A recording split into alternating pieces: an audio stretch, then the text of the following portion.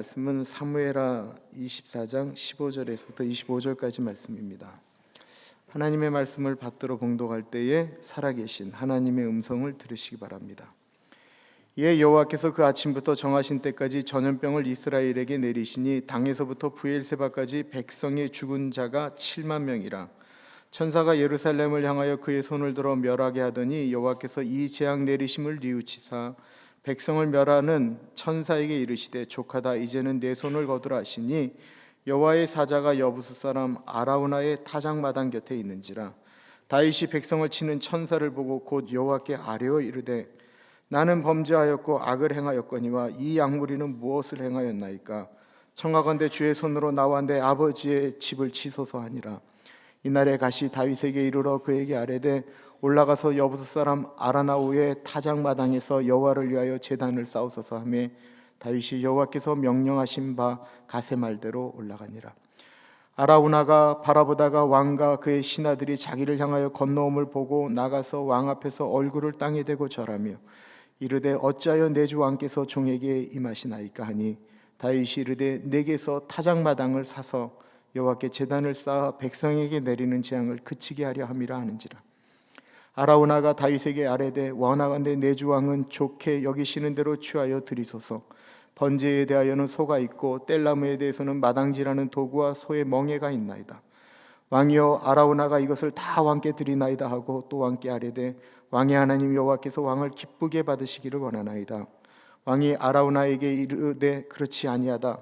내가 값을 주고 내게서 사리라. 값없이는 내 하나님 여호와께 번제를 드리지 아니하리라 하고 다윗이 은 50세겔로 타작마당과 소를 사고 그곳에서 여호와를 위하여 제단을 쌓고 번제와 화목제를 드렸더니 이에 여호와께서 그 땅을 위한 기도를 들으심에 이스라엘에게 내리는 재앙이 그쳤더라. 아멘. 다윗이 평화로운 시기를 보내게 되면서 하나님께 감사하기보다는 교만해지기 시작했습니다. 하나님에게서 멀어지면 사람들에게 나타나는 현상이 하나 있는데 그것은 하나님 의지하지 않고 자기를 의지하게 된다라는 것입니다. 그래서 힘을 과시하기 위해서, 국력을 과시하기 위하여, 자신의 이름을 높이기 위하여 인구조사를 했습니다. 인구조사를 하는 것이 왜 나쁜 일이겠습니까? 그건 나쁜 것이 아닙니다. 자기 이름을 위해서 하기에 나쁜 것입니다. 다윗의 신하들이 그렇게 반대하는데도 불구하고 기를 쓰고 인구조사를 하였습니다. 인구조사를 했더니 이스라엘에 당장 군인으로 칼을 들 수 있는 사람이 무려 130만이나 되었습니다. 그 숫자이면 당시에 세계 제패도 가능한 숫자였습니다. 그러나 하나님은 그 교만을 꺾으십니다. 잠언 16장 18절에 보면 교만은 패망의 선봉이요 거만한 마음은 넘어짐의 앞잡이라고 말씀하셨습니다. 당장 선지자 갓을 보내서 다윗을 징계하시겠다라고 말씀하십니다. 그러시면서 세 가지 재앙 중에 다윗 보고 하나를 선택하라고 말씀하셨습니다. 한 가지는 7년 동안 흉년이 드는 것입니다. 두 번째는 원수에게 3개월 동안 다윗이 도망을 다녀야 되는 것입니다. 세 번째는 3일 동안 전염병이 이스라엘에게 도는 것이었습니다. 어떤 것을 선택하든지 힘을 과시하던 다윗에게는 자신의 힘으로는 어떻게도 극복할 수 없는 그런 재앙들이었습니다. 다윗은 세 번째 3일 동안 전염병이 도는 벌을 선택하였습니다. 오늘 본문은요, 그 세 번째 그 전염병을 선택한 후에 일어나는 일을 기술하고 있습니다. 15절 보십시오. 이에 여호와께서 그 아침부터 정하신 때까지 전염병을 이스라엘에게 내리시니 당에서부터 브엘세바까지 백성의 죽은 자가 7만 명이라. 하나님이 내리신 버린 전염병이 북쪽 단에서부터 최남단 브엘세바까지 막 퍼져나가기 시작합니다. 순식간에 죽은 사람이 7만 명이었습니다. 그 사람들은 다윗이 자신의 힘을 과시하기 위하여 조사하였던 사람들이었습니다. 그런 백성들이 단순간에 무려 7만 명이나 죽어간 것입니다. 도대체 앞으로 얼마나 더 죽을지 누구도 장담할 수가 없습니다. 우리는 하나님을 사랑의 하나님으로만 생각하기를 원합니다. 그러나 하나님은 공의의 하나님이시고 불의를 기뻐하지 아니하십니다. 우리는 이사야 42장 3절을 좋아합니다. 상한 갈대를 꺾지 아니하며 꺼져가는 등불을 끄지 아니하고, 이 부분을 좋아하는데요, 그 뒤는 이렇습니다. 진실로 정의를 시행할 것이며 그는 쇠하지 아니하고 낙담하지 아니하고 세상에 정의를 세우기에 이르리니 섬들이 그 교훈을 앙망하리라. 하나님은 상한 강대와 같은 연약하고 꺼져가는 심지와 같은 영혼을 끄지 않는 사랑만 이야기합니다만, 그 뒤에 보면 정의를 시행하는 하나님이시고 세상에 정의를 세우시는 분이시다라는 것입니다. 16절을 보십시오. 천사가 예루살렘을 향하여 그의 손을 들어 멸하려 하더니 여호와께서 이 재앙 내리심을 뉘우치사 백성을 멸하는 천사에게 이르시되 족하다. 이제는 내 손을 거두라 하시니 여호와의 사자가 여부스 사람 아라우나의 타작마당 곁에 있는지라. 북쪽에서 남쪽에서 사람들이 죽어가면서 다윗이 사는 예루살렘을 향해 죽음의 천사가 나아가고 있습니다. 그때 하나님이 그 천사에게 이제 죽이는 것을 멈추라고 말씀하시는 것입니다. 그리고 오늘 본문에 하나님이 이 재앙 내리심을 뉘우치셨다고 말씀하고 있습니다. 그러나 원문은 뉘우침으로 나오지 않습니다. 뜻을 돌이키셨다라고 나와 있습니다. 하나님이 생각을 바꾸신 것입니다. 시편 106편 45절에 보면 그들을 위하여 그의 언약을 기억하시고 그 크신 인자하심을 따라 뜻을 돌이키사. 하나님은 뜻을 돌이키실 때가 있다라는 것입니다. 하나님은 그 뜻을 돌이키시며 3일간의 전염병을 다 행하지 아니하시고 어느 순간에 멈추셨습니다. 그곳이 바로 여부스 사람 아라우나의 타작마당이었습니다. 그럼 왜 멈추었을까요? 어떨 때 하나님이 하나님의 생각을 바꾸실까요? 17절을 보십시오. 다윗이 백성을 치는 천사를 보고 곧 여호와께 아뢰어 이르되 나는 범죄하였고 악을 행하였거니와 이 양무리는 무엇을 행하였나이까? 청하건대 주의 손으로 나와 내 아버지의 집을 치소서 하니라. 하나님이 다윗의 눈을 열어주셨습니다. 그러자 다윗의 눈에 다른 사람들의 눈에는 보이지 않는 죽음의 천사가 보이는 것이었습니다. 전염병으로 사람들이 죽어가는 것처럼 보였지만 실제로는 하나님이 보낸 천사가 백성들을 죽이며 나아가고 있었던 것입니다.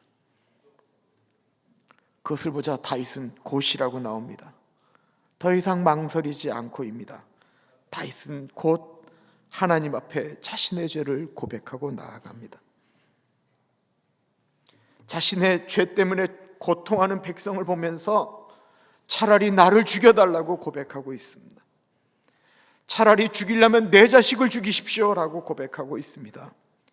우리 성경에는 아버지의 집이라고 표현하고 있지만 실제로는 다윗의 자신의 집안을 치라고 고백하고 있는 것입니다. 회개라고 하는 것은 하나님께 잘못했습니다 라고 입술로 고백하는 것으로 끝나는 것이 아닙니다. 그 죄값을 달게 받겠다라고 하는 그 고통스러운 고백까지 하는 것이 회개입니다. 나를 죽여달라고 하는 데까지 이르는 것입니다. 또한 다른 사람의 죄까지도 내가 달게 받겠다라고 말씀하며 나아가는 것입니다. 똑같은 내용이 있는 역대상 21장에 보면 다윗이 굵은 베옷을 입고 얼굴을 땅에 대고 기도하는 모습이 나옵니다. 하나님이 그 모습을 보신 것입니다. 하나님의 진노가 언제 멈추어집니까? 철저한 회개가 나올 때입니다.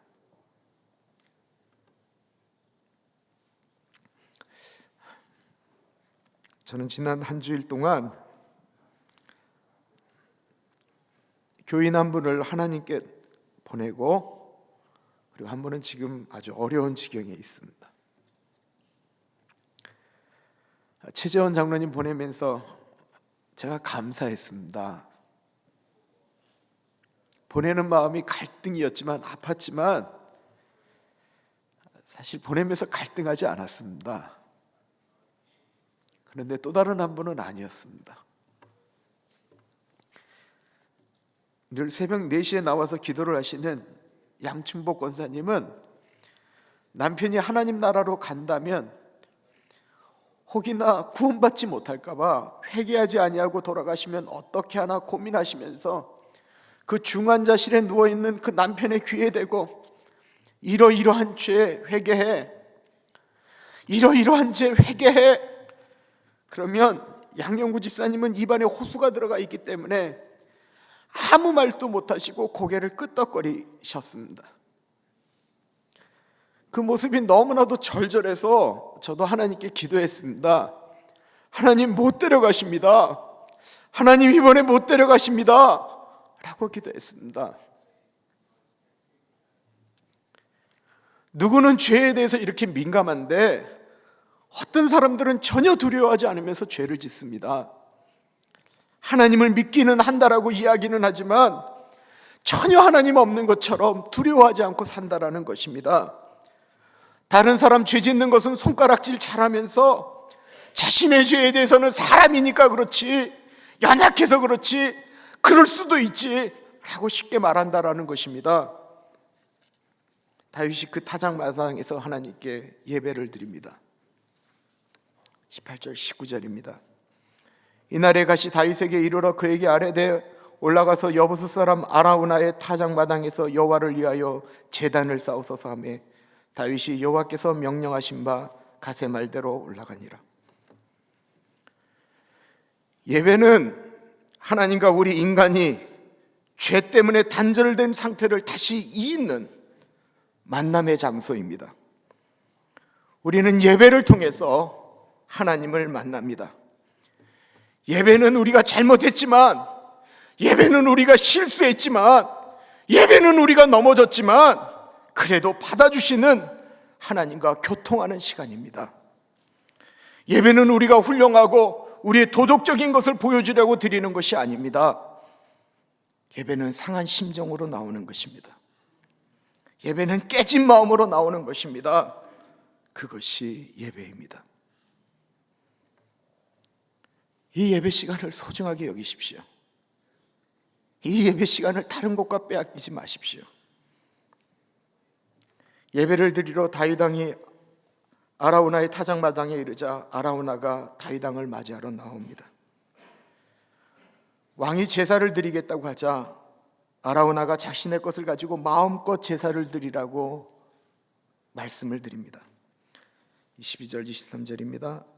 아라우나가 다윗에게 아뢰되 왕하건대 내 주 왕은 좋게 여기시는 대로 취하여 드리소서. 번제에 대하여는 소가 있고 뗄나무에 대하여는 마당지라는 도구와 소의 멍에가 있나이다. 왕이여 아라우나가 그것을 다 왕께 드리나이다 하고 또 왕께 아뢰되 왕의 하나님 여호와께서 왕을 기쁘게 받으시기를 원하나이다. 아라우나가 마음껏 자신의 소를 잡아 하나님께 제사를 드리라고 말합니다. 그러나 다윗은 그렇지 않습니다. 죄의 대가를 지불하겠다라고 말한 다윗은 지금 대가를 지불하겠다라고 말하고 있습니다. 24절 25절입니다. 왕이 아라우나에게 이르되 그렇지 아니하다. 내가 값을 주고 내게서 살이라. 값없이는 내 하나님 여호와께 번제를 드리지 아니하리라 하고 다윗이 은 50세겔로 타작마당과 소를 사고 그곳에서 여호와를 위하여 제단을 쌓고 번제와 화목제를 드렸더니 이제 여호와께서 그 땅을 위한 기도를 들으심에 이스라엘에게 내리는 재앙이 그쳤더라. 다윗 왕이 은 50세겔을 주고 그 땅을 삽니다. 다윗은 그 예배를 드리는데 다른 사람의 것으로 드릴 수 없다라고 생각한 것입니다. 그리고 대가를 지불한 제사를 드릴 때 재앙이 그쳤다라고 나와 있습니다. 그렇습니다. 죄의 대가를 지불해야 됩니다. 역대상에 보면 이 아라우나 타작마당에 바로 솔로몬의 성전이 세워집니다. 신약 시대에 가면 바로 그 근처에 예수 그리스도의 십자가, 골고다의 십자가가 세워집니다. 우리가 죄를 용서받는 데는 회개가 필요한데 그 회개에는 대가를 지불해야 된다라는 것입니다. 오늘 본문의 그 회개에는 소가 피를 흘리며 죽었습니다. 오늘날 그럼 우리의 회개에는 누가 피를 흘리며 죽습니까? 그 대가가 바로 예수 그리스도의 보혈입니다. 예수님의 보혈 없이는 우리의 죄가 용서받을 수 있는 방법이 없습니다. 우리가 회개합니다라고 고백할 때 우리는 바로 예수 그리스도의 우리를 위하여 십자가에서 죽으신 그 보혈을 의지하여 하나님께 고백하는 것입니다. 그러므로 우리는 우리의 죄를 씻으시는 예수님의 십자가 보혈을 우습게 여기면 안 됩니다. 우리가 정말로 마음으로 입술로 예수님을 사랑한다라고 이야기한다면 죄를 무겁게 여길 줄 알아야 합니다. 죄를 회개할 때마다 십자가의 고통을 몸으로 느껴야 됩니다. 만약에 내가 죄를 짓 때마다 내 사랑하는 가족의 몸이 망가진다라고 생각한다면 우리가 어떻게 그렇게 쉽게 죄를 질 수가 있겠습니까?